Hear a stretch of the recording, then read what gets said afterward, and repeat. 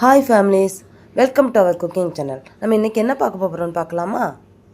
ஐஸ்கிரீம்னால் யாருக்கு தான் பிடிக்காமல் இருக்குது. அதே ஐஸ்கிரீம் நம்ம ஹோம்மேடாக எப்படி செய்யலான்னு பார்க்கலாமா? முதல்ல நான் 1/2 லிட்டர் பால் எடுத்துருக்கிறேன். அதில் தண்ணி சேர்க்காமல் கொதிக்க வச்சு நல்லா சுண்டை வற்ற வைக்கணும். நம்ம எந்த அளவுக்கு வற்ற வைக்கிறோமோ வற்ற வச்சுட்டு வெண்ணிலா எசன்ஸ் நான் இன்றைக்கி யூஸ் பண்ணியிருக்கேன். ரொம்ப யூஸ் பண்ணாதீங்க, ஓரளவுக்கு மீடியமாக யூஸ் பண்ணிவிட்டு அதை நல்லா கிண்டி விட்டுக்காங்க. ஆடையும் நீங்கள் ஆடை பிடிக்கலனாலும் பரவாயில்ல, நீங்கள் அதை என்ன பண்ணுங்கள், அது கூட சேர்த்துக்காங்க. மிக்சியில் அரைக்கும் போது அது சரியாயிடும்.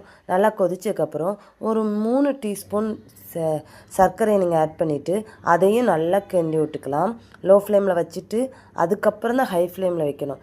கொஞ்சோண்டு கார்ன்ஃப்ளவர் மாவு, ஏன்னா நம்ம அது கொஞ்சம் கட்டியாக இருக்கிறதுக்காண்டி கார்ன்ஃப்ளவர் மாவு இல்லைன்னா கோதுமை மாவு தண்ணியில் லைட்டாக ஊற்றி அதையும் நம்ம இது பண்ணிக்கலாம்.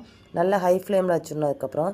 அதுக்கப்புறம் கொல்லாங்கொட்டை, நம்ம அந்த முந்திரி பருப்பை ஸ்லைஸ் பண்ணி வச்சிடணும். வேறு நான் நிலக்கடலை போட்டிருக்கேன். நீங்கள் முந்திரி நிறையா போடுவீங்கன்னா பிரச்சனை இல்லை, நான் நிலக்கடலையும் சேர்த்து தான் போட்டிருக்கேன்.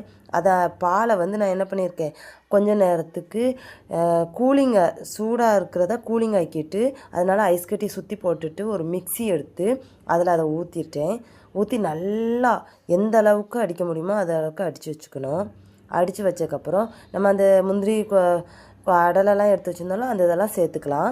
அதையும் சேர்த்து நல்லா ஒரு 2 தடவைக்கு 3 தடவை நல்லா ஹையாக வச்சு நல்லா சுண்டை இது பண்ணிக்கலாம். மிக்சியில் க்ளோஸ் பண்ணி அரைச்சிக்கிட்டு வச்சதுக்கப்புறம் ஒரு பாத்திரத்தை எடுத்து நிலக்கடலை வேறு முந்திரி பருப்பை போட்டுட்டு அதுக்கு மேலே இதை செஞ்சு வச்ச அந்த ஐஸ்கிரீம் இதை ஊற்றிக்கலாம்.